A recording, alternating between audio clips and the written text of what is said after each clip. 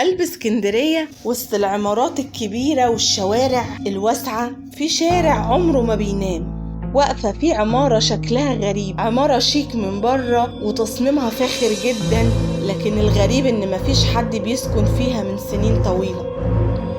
شبابيكها سودة وابوابها مقفولة، والناس اللي بتعدي من قدامها بيحسوا ان في عين بتراقبهم من فوق. الكل يعرفها باسم عمارة رشدي، البيت اللي محدش قدر يعيش فيه واللي كل يوم قصصه بتكبر اكتر واكتر. العمارة دي اتبنت في السبعينات على ايد راجل اعمال غني جدا، كان ناوي يخليها ايقونة في اسكندرية، عاملها على نظام شقق واسعة وتصميم عصري، حاجة كده تبهر وتشرف. اي حد يشوفها كان بيقول واو، اكيد دي مش حاجة مصرية. بس يعني قبل ما يفرح بيها الراجل ده مات فجأة. في اللي قالوا ان هو مات موتة طبيعية، وفي اللي بيحكوا ان جثته، وفي اللي بيحكي انهم لقوا جثته متشوهة بشكل غريب. من اللحظة دي العمارة اتقال عليها انها ملعونة، واي حد بيدخلها بيحصل له جوه حاجة مش طبيعية. اول عيلة حاولت تسكن العمارة دي كانت عيلة صغيرة، اب وام وطفلين، قعدوا في العمارة ليلة واحدة بس. والاب بيحكي انه بالليل سمع خطوات تقيلة في الصالة، والام حكت انها سمعت صوت بينادي على ابنها من المطبخ.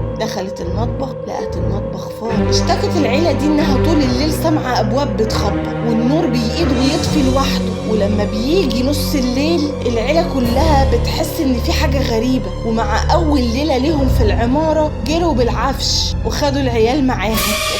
كانت وشوش العيال دي صفرة من الخوف، ومن يومها محدش في المنطقة شاف العيلة دي تاني. بعدها بشهور شاب أعزب قرر يتحدى الخوف وقال أنا مش بخاف وهسكن في الدور الرابع. اللي هيحصل يعني؟ بعد أسبوع واحد الجيران صحوا على صرخة شيب، بصوا من الشبابيك لقوا الشاب ده واقع من البلكونة وجسمه متكسر 50 حتة. الشرطة كتبت في التقرير إن هو انتحار، بس الجيران اللي حوالين عمارة رشدي بيقسموا إنهم شافوا حاجة بتمسكه وتشده قبل ما يقع. ومن الشقة اللي كان ساكن فيها الشاب ده اتقفل وما اتفتحتش تاني لحد النهاردة. القصص عن العمارة دي ما بتخلص، بالعكس كل يوم بنلاقي قصة جديدة تخص عمارة رشدي. بيحكوا مرة إن كان في ست عجوزة قالت إنها كانت ماشية بالليل ورفعت عينيها لقت واحدة لابسة فستان أبيض وواقفة في البلكونة، شعرها سايب ووشها مش باين،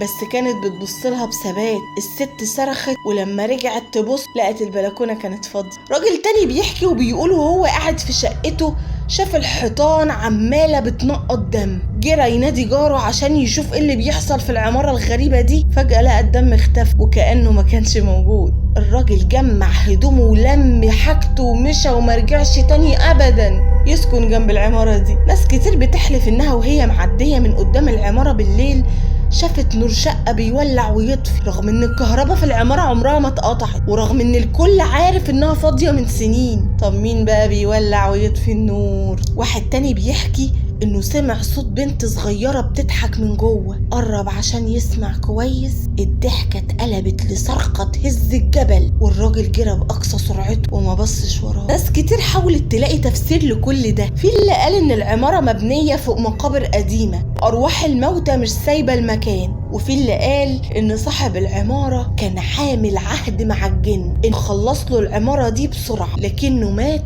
قبل ما يتم الاتفاق. وفي اللي مقتنع ان جريمة قتل كبيرة حصلت جوه وارواح الضحايا لسه محبوسة بين الجدران، بس لحد النهاردة مفيش اي ورق رسمي بيأكد اي حاجة، ولا الشرطة قدرت تفسر الظواهر دي. وكل اللي باقي هو الخوف اللي جوه قلوب الناس والقصص اللي بتتوارث من جيل للتاني. عمارة رشدي لحد النهاردة واقف، شبابيكها سودة وابوابها مقفولة، لكن حكاياتها بتخلي اي حد يعدي من قدامها يسرع خطوته كأنه خايف الشر يطول. ولو شايف نفسك شجاع جرب تروح عمارة رشدي بالليل وتقف قدامها وتبص على البلكونة. ما تنساش في الدور الرابع بالذات يمكن تشوف اللي غيرك شاف، ويمكن تسمع صوت بيناديك من جوه. لكن لو سمعت افتكر انك مش اول ولا اخر واحد هيسمع. قولولي في الكومنتات لو جات لكم الفرصة وعندكم الجرأة انكم تدخلوا عمارة رشدي بنفسكم هتدخلوها ولا تفضلوا تكتفوا بالحكايات اللي بتتقال عنها عنها من بعيد لبعيد. يلا، دي مش أول ولا آخر عمارة مهجورة في مصر، في حكايات تشيب من الخوف. أوعدكم بداية سلسلة هتخليكم مش عارفين تناموا. اكتشفوا كده معايا أماكن بلدكم، واعرفوا إن مصر كل يوم بتخبلنا حاجة تخض أكتر من اللي قبلها. لو عايزين تكملوا السلسلة، لايك وشير وسبسكرايب